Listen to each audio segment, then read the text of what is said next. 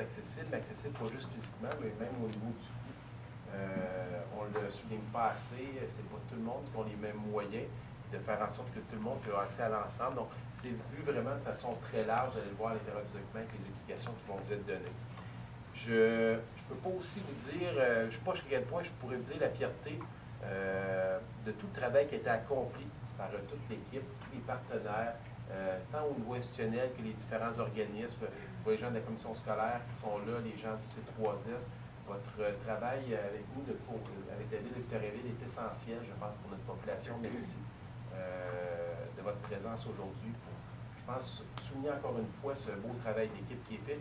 Tous les partenaires, les différents organismes aussi, bravo pour votre travail que vous avez fait. Je peux vous dire qu'on a eu une présentation il y a 2 semaines, il y a 2 semaines de travail fini qui nous a été présenté. Et l'ensemble des élus, je pense, étaient très fiers de ce qui nous a été montré. Alors, merci pour tout ce que vous avez fait. Vous allez me permettre aussi de saluer Nathalie Roussel. Vous savez, il n'y a pas, je le dis très sincèrement, il n'y a pas beaucoup de villes qui ont une personne attitrée exclusivement à ça. Ça s'est fait dans le dernier mandat qu'elle a été nommée comme employée de la ville de Victoriaville.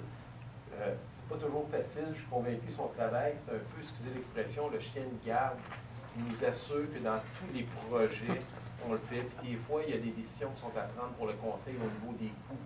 Et ça serait facile de tasser, de mettre de côté certaines initiatives qui sont mises. Mais elle est là pour nous mettre à l'ordre, je peux vous l'assurer. Elle fait très bien son travail, poliment, respectueusement.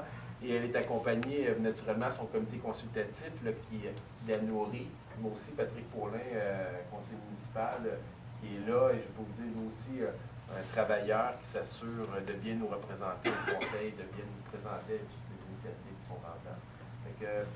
J'ai été plus long que je pensais, mais je pense que c'est essentiel de mettre la table.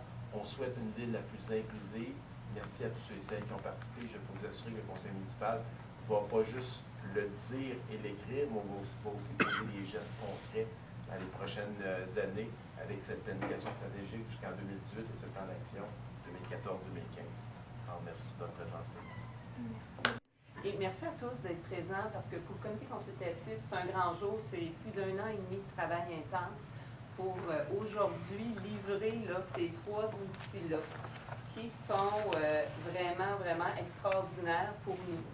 Vous savez, à Victoriaville, bon, ça fait 15 ans qu'on fait de l'accessibilité. On réalise aussi qu'au fil des années, on a une population qui est diversifiée, vous en faites partie. Et cette population-là a des besoins qui sont variés et évolutifs.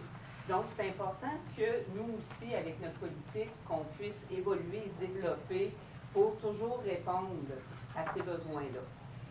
Une ville ne peut pas intervenir sur les incapacités des gens. Très, très présent, qui peut vraiment faire la différence dans la vie des gens. Aujourd'hui, on vous présente 3 outils extraordinaires. Vous les avez en main. Je sais qu'il y en a qui les ont pas pris encore. Parce qu'on va jouer dedans. Alors, la politique. Tout d'abord. Ben, premièrement, les 3 documents sont vraiment interreliés. On pourrait avoir une politique, on en a une depuis 1999, mais c'était tout seul sur une tablette, elle ne servirait à rien. Ça fait des années qu'on l'opérationnalise sur le terrain, parce que ce n'est pas notre premier plan d'action, c'est le 6e. Et comme M. Paulin l'a mentionné, c'est une exigence légale de produire un plan d'action pour une municipalité de 15 000 habitants et plus. Bon, nous, on l'a commencé un petit peu plus tôt, c'était une préoccupation qu'on avait à Victoriaville. Par contre, la planification stratégique, ça, c'est quelque chose de vraiment nouveau. On va commencer à aller voir notre politique d'accessibilité. Première édition en 1999, la 2e édition en 2009. Alors, cette 3e édition-là, qu'est-ce qu'elle a de différent? Bien, en fait, bon, elle s'est refaite une beauté, c'est sûr. Elle est pleine de photos de nos citoyens de Victoriaville, mais l'essentiel est encore présent. Président du comité de consultation sur la politique d'accessibilité universelle de la ville de Victoriaville. On vient de se doter d'une première planification stratégique 2015-2018. Pourquoi qu'on voulait se doter de cet outil-là? Bien, je pense qu'une planification stratégique est essentielle, notamment dans l'appropriation de nos partenaires de la philosophie Ville inclusive, d'avoir une vision à long terme qui va guider nos pas pour la réalisation de notre grand enjeu qui est Victoriaville Ville inclusive. C'est quoi le fil conducteur de cette planification stratégique? Notre planification repose sur donc 3 stratégies. Vraiment au niveau de l'appareil municipal, c'est de devenir porteur des services municipaux jusqu'aux élus de la philosophie Ville inclusive, d'aller chercher aussi une mobilisation des associations qui travaillent auprès de ces clientèles pour pouvoir elles aussi s'approprier et développer, et enfin une convergence de nos partenaires du milieu économique institutionnel pour pouvoir faire une place à tout le monde dans notre société. Merci beaucoup.